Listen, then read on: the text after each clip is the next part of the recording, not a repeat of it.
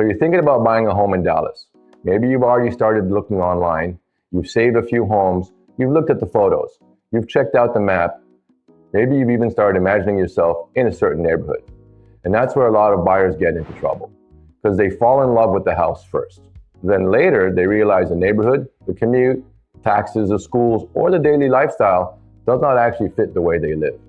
And when that happens, it is frustrating, because you can change the paint colors, flooring, countertops, and fixtures, but you cannot move the house. So in this video, I want to walk you through a simple 3-step framework for choosing the right Dallas neighborhood before you fall in love with the wrong home. I'm Mark Meras, co-founder of Paragon Realty Advisors located in Uptown Dallas. So let's get into it. The first step is budget. And I know that sounds obvious, but this is where a lot of buyers start in the wrong place. They get pre-approved, they see a maximum number from the lender, and they assume that is their budget. But your lender's maximum approval is not the same thing as your real life comfort zone. Your real budget is a number that lets you buy the home and still live your life.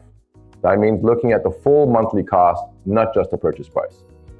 In Dallas and across DFW, you have to factor in property taxes, homeowners insurance, HOA dues if they apply, maintenance, utilities, commute costs, and the reality of what your lifestyle is going to cost after you move in. Because the goal is not just to qualify for the home. The goal is to enjoy living there. And Dallas is a market where budget changes everything. It does not change the size of the house, it changes the neighborhood, the school options, the commute, the age of the home, the lot size, the walkability, and the overall lifestyle. For example, one buyer may be looking at a historic home in Oak Cliff because they want the character, proximity to Bishop Arts, and a neighborhood with personality.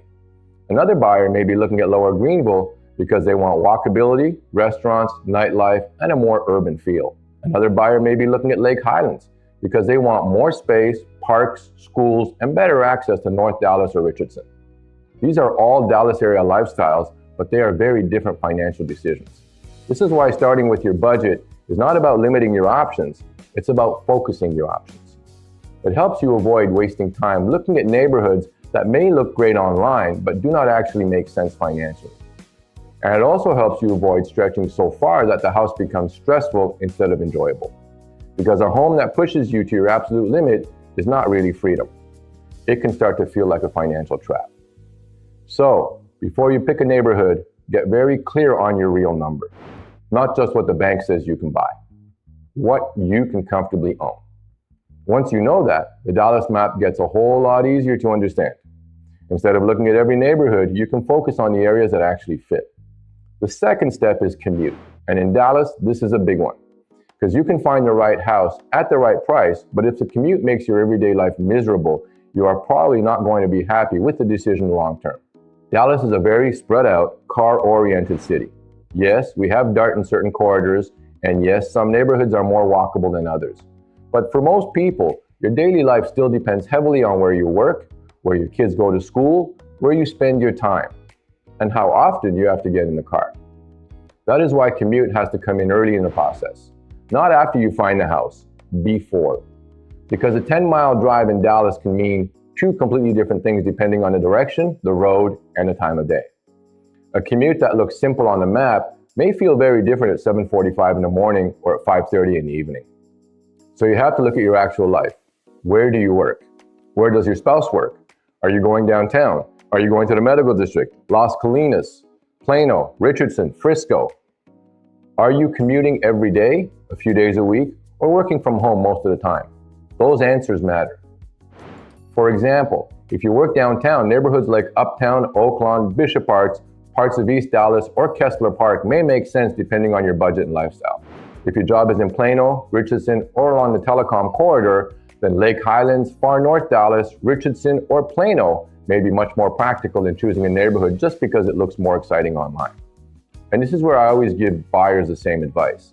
Test the commute. Do not just check it on a Saturday afternoon. Drive it when you would actually be driving. Try it on a Tuesday morning. Try it on a Thursday evening. See how it feels. Because there is a big difference between the GPS says 28 minutes and I can actually live with this drive every day. Your commute affects your time, your stress, your routine, your family schedule, and even how often you get to enjoy the neighborhood you moved into.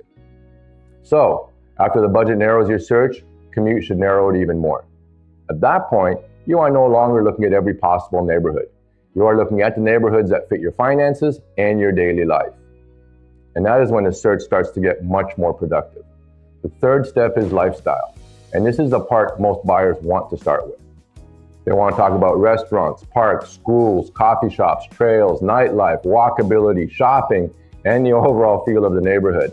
And all of that matters, but it works best after you've already filtered by budget and commute. Because now you are choosing from the neighborhood that already makes sense. And this is where you ask, what kind of life am I actually trying to build? For families, the priorities are often school, safety, space, parks, and community. That might point you toward neighborhoods like Lakewood, Lake Highlands, Preston Hollow, parts of North Dallas, or suburbs like Plano, Frisco, McKinney, South Lake, or Sunnyvale, depending on what you value most. For some families, the school district is the main driver. For others, it is a yard size, neighborhood feel, sports, commutes, or being close to the grandparents. There is no one-size-fits-all answer here. The right neighborhood is the one that lines up with your actual priorities. For young professionals or buyers who want more energy, the focus may be on walkability, restaurants, nightlife, fitness studios, coffee shops, or your proximity to work. That may lead you towards areas like Uptown, Knox Henderson, Lower Greenville, Oaklawn, Bishop Arts, or Deep Ellum. Those areas offer a very different style than a quiet suburban location. That may be exactly what you want, or it may sound fun online but not fit your day-to-day personality. This is why you have to be honest with yourself. Do you want energy and activity right outside your door, or do you like the idea of it more than the reality? For first-time home buyers and buyers looking for value, the goal may be finding that balance between affordability, location, and long-term upside. That could mean looking in established areas like East Dallas, parts of Oak Cliff, Casa View, far North Dallas, Richardson, Garland, or other pockets where you can still find character, access, and value without chasing the most expensive neighborhood on the list. And this is where working with someone who knows the local market really matters. Because Dallas is not just good neighborhoods and bad neighborhoods. It is much more nuanced than that. Sometimes the right opportunity is a small pocket inside a larger area. Sometimes two neighborhoods right next to each other can have very different pricing, school patterns, traffic, housing styles, or buyer demand. So once budget and commute have narrowed your list, lifestyle helps you pick your finalists. And then you need to go experience them, not just online, in person. Drive the neighborhood, go there in the morning, go there at night, visit a coffee shop, walk the streets. See how it feels on a weekend. Pay attention to the things that do not show up in the listing photos. Are people out walking dogs? Does it feel quiet? Does it feel active? Does it feel like you? This is the part you cannot get from a search portal. Now, before you make a final decision, there are a few traps I would watch out for. The first one is relying too much on the best neighborhood lists online. These lists can be interesting, but they are usually generic. They do not know your budget, they do not know your commute.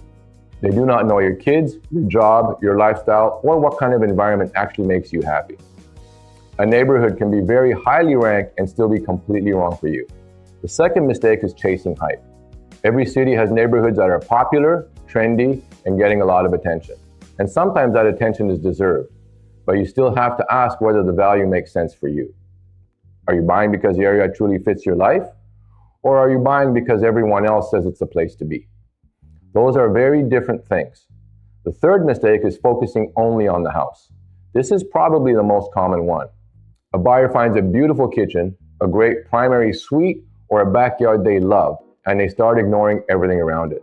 But again, you can renovate a kitchen. You cannot renovate the location. So the house has to fit, but the neighborhood has to fit too. The fourth mistake is not understanding the full cost of ownership. In DFW, property taxes and insurance matter. They can change a monthly payment significantly. So when you are comparing neighborhoods, do not just compare purchase prices, compare the total monthly cost. That is what you are actually going to live with. As we move through 2026, buyers are being more careful. They still want good homes in good locations, but they are paying much closer attention to payment, taxes, insurance, commute, and lifestyle. And that is a good thing, because the best decision is not always the biggest house. It is not always the trendiest neighborhood, and it is not always the lowest price. The best decision is a home and neighborhood combination that supports your life. That may be a walkable urban area. It may be an established neighborhood with mature trees. It may be a suburb with great schools and more space. It may be a value pocket that gives you room to grow. The answer depends on you. And that is why the framework matters. Budget first, commute second, lifestyle third, in that order. That order keeps you from falling in love with something that does not actually work. So if you're trying to choose the right Dallas neighborhood, do not start by asking what is the best neighborhood. Start by asking what is the best neighborhood for my life. That answer comes from 3 different filters. First, your real budget, not just what you can qualify for, but what can you actually comfortably own.